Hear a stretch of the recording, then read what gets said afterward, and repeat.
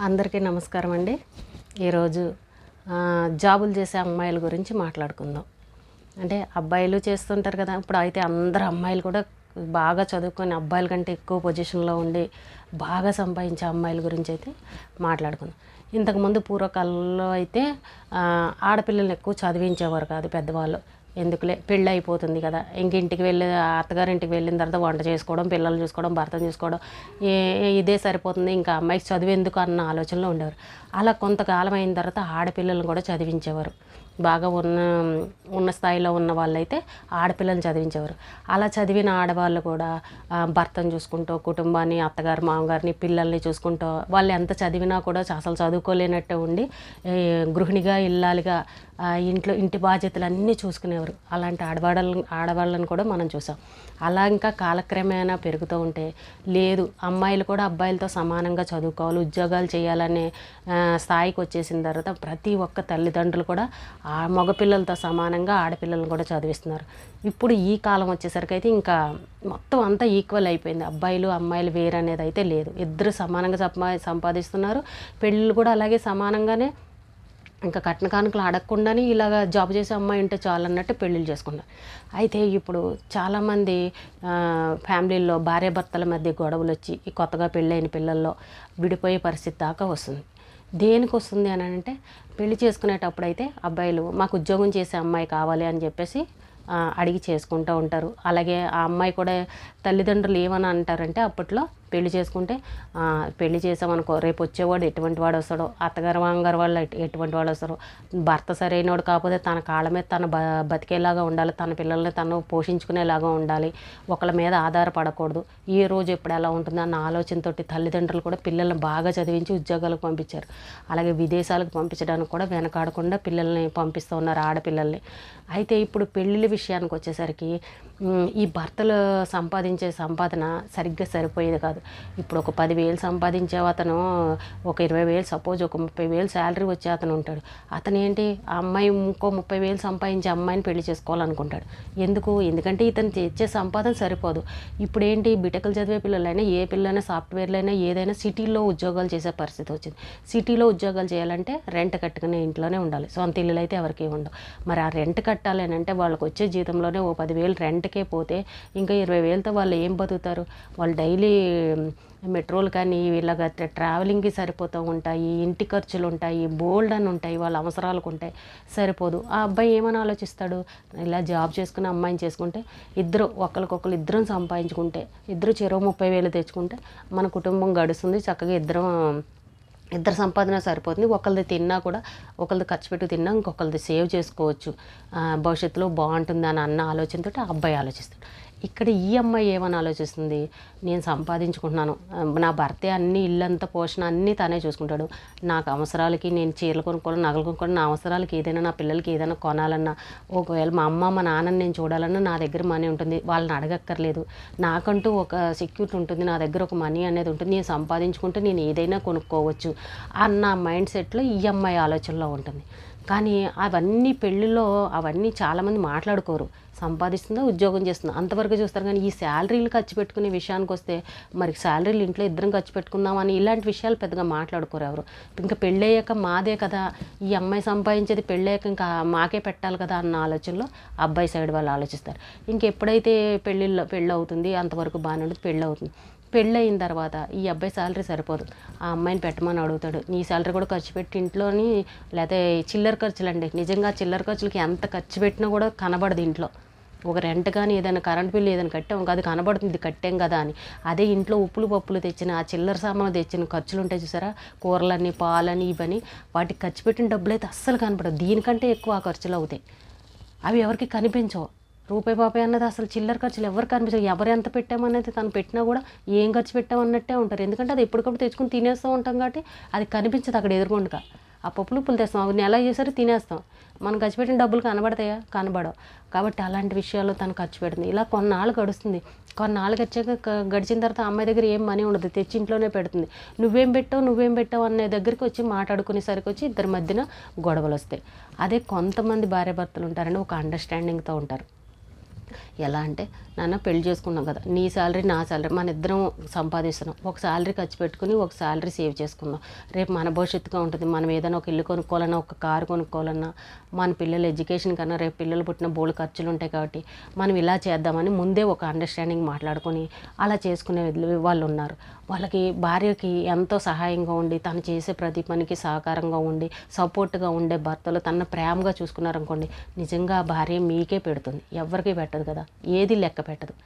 అలా కాకుండా నువ్వు జాబ్కి వెళ్ళి తన పొద్దునే పాపం కష్టపడి మీ క్యారేజీలు పెట్టేసి మీరు బ్యాగ్ సర్దుకొని మీరు వెళ్ళిపోతారు. తన ఇంట్లో చూసుకుని, తన అత్తమామని చూసుకుని, తన ఇంట్లో వ్యవహారాలు తుడుచుళ్ళు కడుగుళ్ళు అన్నీ చూసుకుని తన జాబ్కి వెళ్ళి మళ్ళీ సాయంకాలానికి వచ్చి మళ్ళీ రాత్రికి సరిపడవన్నీ చేసుకుని పనులు చేసుకుని మళ్ళీ తను పడుకునేసరికి ఏ టైం అవుతుందండి? మరి తను ఎంత కష్టపడుతుంది?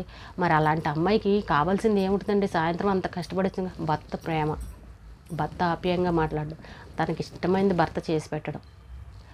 అలా ప్రేమగా మాట్లాడారంటే నిజంగా అమ్మాయి కొండ మీద కూతురు కూడా తెచ్చి పెడుతుంది. అది దొరకని ఆడపిల్లలు చాలామంది ఉన్నారు. తనకు 5 నిమిషాలు లేట్ వస్తే 10 నిమిషాలు, 1 గంట లేట్ వచ్చిందంటే నువ్వు ఎక్కడికి వెళ్ళావు, ఇంతసేపు ఎవరితోటి ఉన్నావు అని అనుమానించే భర్తలు ఉన్నారు. ఫోన్ చెక్ చేసే భర్తలు ఉన్నారు. ఎక్కడికి వెళ్ళావని అడిగే భర్తలు ఉన్నారు. నీకు వాడితో పని ఏంటి, వీడితో పని ఏంటి అని వాళ్ళతో మాటలేంటని అని అనుమానించే భర్తలు ఉన్నారు. మరి అలాంటి అనుమానాలు చేస్తే ఆ అమ్మాయి ఎంతవరకు అని ఓపిక పడుతుందండి? తను ఉద్యోగం చేసి రావాలి కదా, కష్టపడకుండా డబ్బులు ఊరికే ఎవరికి ఇవ్వరు కదా. దాన్ని అర్థం చేసుకోకుండా ఈ ఇంటికి రాగానే మరి మీరు ఇంకా ఇలాంటి అనుమానాలు అనుమానిస్తే ఏ ఆడపిల్ల భరిస్తుందండి? అలాంటి వాళ్ళు ఉన్నారు. అలాంటివన్నీ ముందు మానుకోవాలి. ఎవరైనా సరే భర్తలు ముందు మానుకుని అమ్మాయిని ప్రేమగా చూడండి. ప్రేమగా చూస్తే మీకే పెడుతుంది.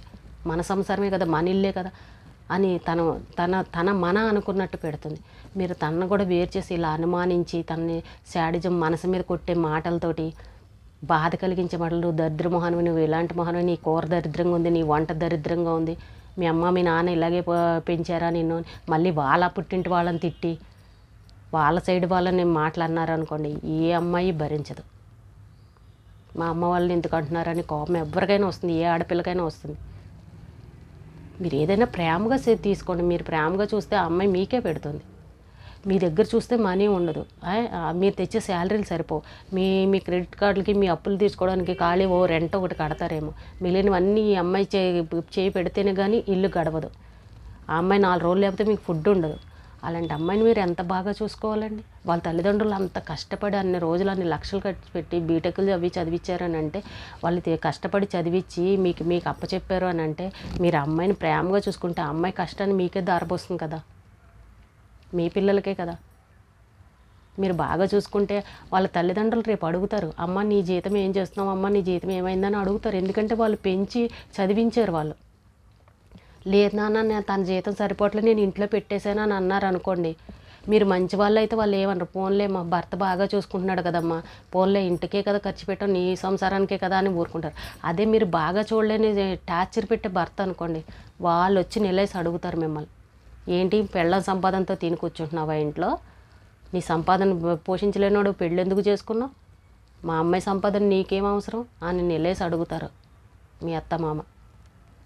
అదే మీ భార్యని మీరు ప్రేమగా చూసుకుని అసలు పెళ్ళం లేకపోతే ఉండలేననే పరిస్థితి చూసుకున్నారనుకో, వాళ్ళే అంటారు, అమ్మ మంచి భర్త దొరికాడమ్మా, ఏమైంది, ఎవరి డబ్బు అయితే ఏమైంది, అంతా మీదే కదా అని అంటారు వాళ్ళే. ఆ అమ్మాయి అంటుంది, నాన్న మా ఆయన అంత బాగా చూసుకుంటాడు, మా ఆయన కష్టపడుతున్నారు కదా, మా సంసారానికి కదా ఖర్చు పెడుతున్నాను, పర్లేదు నాన్న అని ఆ అమ్మాయే చెప్పుకుంటుంది వాళ్ళకి. ఎప్పుడు కూడా మీరు మీ అండర్స్టాండింగ్ మీద ఉంటుంది. ఒక్కొక్కరు రివర్స్లో ఉండి నా సంపాదన ఎంత, నా డబ్బు ఎంత ఖర్చు పెట్టాను, నేను ఎంత ఖర్చు పెట్టానని కొట్లాడేసుకుని డైవర్స్ తీసుకునే పరిస్థితి దాకా వచ్చారు. చాలా చూసాం, మనం టీవీల్లో కూడా చూస్తున్నాం. మొన్న ఒక అమ్మాయిని బాచుపల్లిలో చేశారని అంటే ఆ అమ్మాయి 3 నెలలు 4 నెలలు శాలరీ ఇవ్వలేదనేసి చంపేశాడని టాక్ అయితే వచ్చింది. అలాంటి పరిస్థితులు తెచ్చుకోకూడదు. శాలరీస్ దగ్గరే వస్తుంటాయి గొడవలు, డబ్బు దగ్గరే వస్తుంటాయి. నీ జీతం ఏం చేసావు, నువ్వు ఎవరికి ఇచ్చావు, ఎందుకు ఇవ్వవు, ఎందుకు ఖర్చు పెట్టవు. ప్రతి ఒక్కరు మగవాళ్ళు మీ శాలరీ సరిపోనప్పుడు భార్య సంపాదన మీద బతకాలి అనుకున్నప్పుడు మీరు భార్యను మీరు ప్రేమగా చూసుకోండి. మీరిద్దరూ ఒక అండర్స్టాండింగ్ ఉండండి. అప్పుడు మీ కొండ మీద కూతురు కూడా తెచ్చిపెడుతుంది మీ భార్య.